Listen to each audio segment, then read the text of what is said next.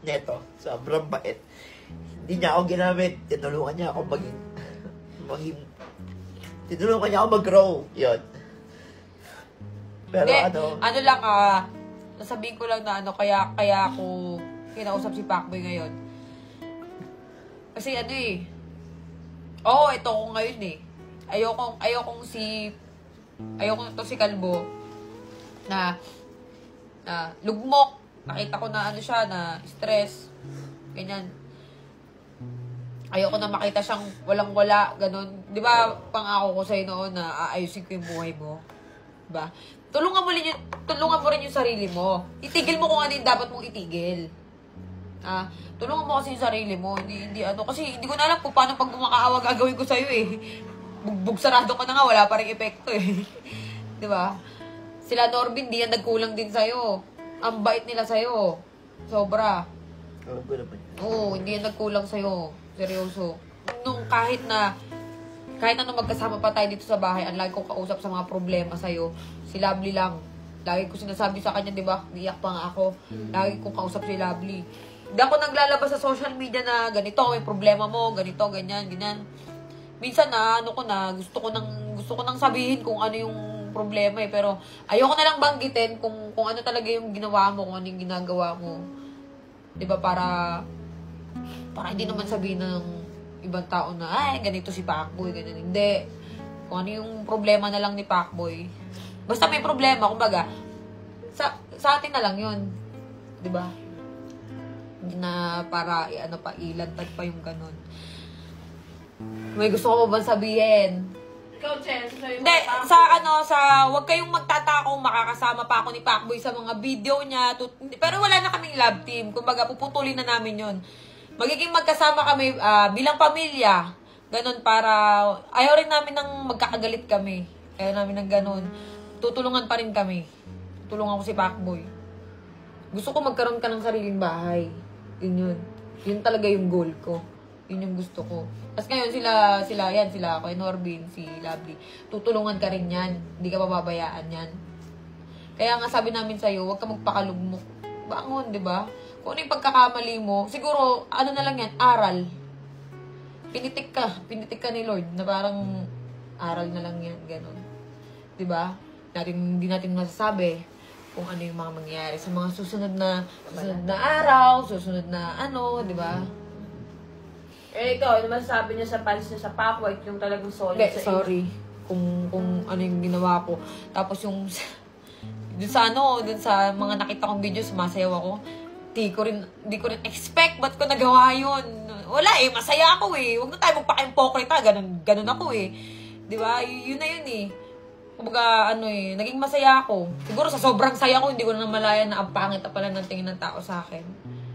Ganun, wala eh. Yun eh. Ngayon ko lang ulit kasi naramdaman yung ganun. Sobrang saya. Yung sobrang saya. Nandun talaga yung saya. Masaya talaga ako. Payo ko naman kay Pacboy, kung meron mang dadating, huwag ka muna magmadali. Ako kasi, hindi ko alam kung nagmadali ba ako. Hindi ko alam. Masaya ako eh. Basta masaya ka. Yung tunay na saya yung hanapin mo. Yun. Kapag may dumating na ganun, go mo lang. Dati ko pa sinasabi sa'yo, di ba? Dati pa kami nag-uusap niyan last year. Na pag nagka-girlfriend ka, siguro nung bago ako ma-birthday, mapapansin nila, parang wala na lang.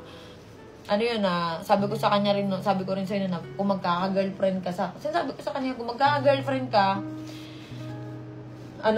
yung talagang, hindi yung send Gcash, wag ganon. Dapat, hindi kaya nga, wag ganon. Dapat yung ikaw yung bibihisan. Pagkatalang ko, Pacboy, babangon ka na, magbablog ka na ba? Magbablog na to. Papahinga lang ng konti. Pahinga lang siya ng bawi-bawi muna. Tapos magbablog ka na ulit. Diba? So, may chance ba mag-meet si Boy Tapang sa si Pacboy? Hindi mo nasa ngayon yan. Hindi, ikaw ba? Hindi, di ba? Kilala ko to. Hindi to. So, signing off na ba ang Pacboy? Oo. Kumbaga parang ako, nalulungkot ako. Pero gusto ko na rin kasi magpakatotoo. Nahihirapan din ako dun sa ginagawa natin. na pag nag-vlog tayo, wala nang feelings, hindi katulad noon eh. Hindi katulad noon eh. Na pag nag-vlog tayo, pag nag-vlog tayo, na itong mga nakaraan, pagkatapos ng video, ay, wala na. Higa na, edit na ako. Ang ganun. Diba? Mas maganda yung totoo. Yung totoo. Pero si Pacboy, pwede pang dumalaw dito kung saan. Ay, oo, Kasi hindi. ano niya, love na love niya si Mikey. Oo, si Pacboy, eto, hindi ko to pipigilan pumunta dito sa bahay kasi naging pamilya ko na to. Mahal na mahal nito yung anak ko. Hindi kita pipigilan pagdating dyan kay Mikey. Tsaka mahal siya ng anak ko. Diba? Yun lang. Hindi kasi nangyayari kasi nakakatampo kay Pacboy sa totoo lang. Kung may problema siya, sa iba siya tumatakbo. Kami naman tong dito lang. Bukas naman yung gate. Hindi, kasi- sarado mo lang pag bumalik. Ito kasi yung point ko doon. Hindi ako tumatakbo sa inyo. Kasi andun pa rin yung yung hiya. Ba't maiiyak ka? Nahiya ako sa part na pakiramdam ko iniwan ko kayo that time. Hindi. May naya ka lang na yung mag-grow kasi hindi ka naman papabayaan doon kung hindi ko nakikita nag-grow ka kay Cherry White eh. Noong una talaga, doubt talaga ako kay Cherry White noon. Di ba? Alam mo yun? Pero nung nakita talaga namin si Pacboy yung maayos yung buhay, gumaganda yung pananamit niya, yung parang, hindi na siya parang sidekick lang ni Norby. Kumbaga, nakikilala siya sa ibang character. Doon ko na talaga na si Cherry White na mabuti talaga yung hangarin niya kay Pacboy. So, Hindi, tsaka malaki talaga respeto ko kay Pacboy. Alam niya yan. Alam niya yan. Alam niya, ang laki ng respeto ko dyan. so kaya hindi ako nagsasalita gano'n sa mga interview, yung mga vlog. Kasi nga, ako talaga kausap ni Cherry White sa mga problema niya kay Pacboy. Yun, nagbibigay kami ng advice. So kaya nagpunta kami mag-asawa dito, sinama namin si Pacboy para may closure. Kumbaga maliwanagan yung mga fans niyo. Kasi nga, ikaw nababash ka, kilala naman kita, prank ka tao. Si Pacboy, mabait din naman. So sabi ko nga kay Norby, meron na sila isang bagay na hindi nila napagkasunduan. Kaya gano'n nangyari. Hindi, alam nyo totoo lang Pacboy, anong sinasabi ko sa'yo? Wala pang tapang. Noon pa lang na parang suko na ako, Pacboy, ayoko nang mag-vlog, stress na ako. Diba? Gusto ko nang huminto noon talaga. Alam mo yan? Kasi nga sobrang sakit mo sa ulo. Hindi ko na talaga alam kung paano kita bibigilan. Gusto ko na talaga huminto. Pero parang sinasabi na, ay, andito pa yung opportunity. Sige lang. Na parang, sige, bangon pa. Parang hindi na kinakaya ng ng utak ko. Kaya nung nakaraan, sunod-sunod na yung nangyayari. Parang nawawalan na ako ng pag-asa, ganun. Eto nga, parang, ayun nga, bigla na lang ako sumaya ng ganun kabilis. Mga taong kumausap sa akin. Baga, ano na yan, way na yan siguro ni Lord na sabi nga pinagtagpo kayo pero hindi kinadhana. So, yun na yan. Ikaw, titanong mo, ikaw bes, babalik ka na ba? Baga, Kung tatanungin si Pacboy ko, Pacboy, tanggap mo naman kung ano yung maging desisyon ng dalawa ni Cherry White. Oo, tanggap ko naman at alam ko naman na lahat mali ko naman talaga lahat yun. hindi mo naman di man. Hindi, actually, wala naman talaga siya sa point Tang na yan ina-actually mo pa eh. Di ba? Hindi, wala ka talaga sa, Actually, sa kalinalagyan mo na yan ngayon. Kung ginawa ko sana ng kung itinama ko sana yung mga pagkakamali.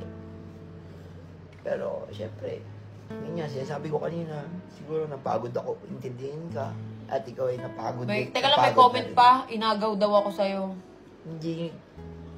Hindi po niya ako inagaw. Ay, hindi po siya inagaw sa akin.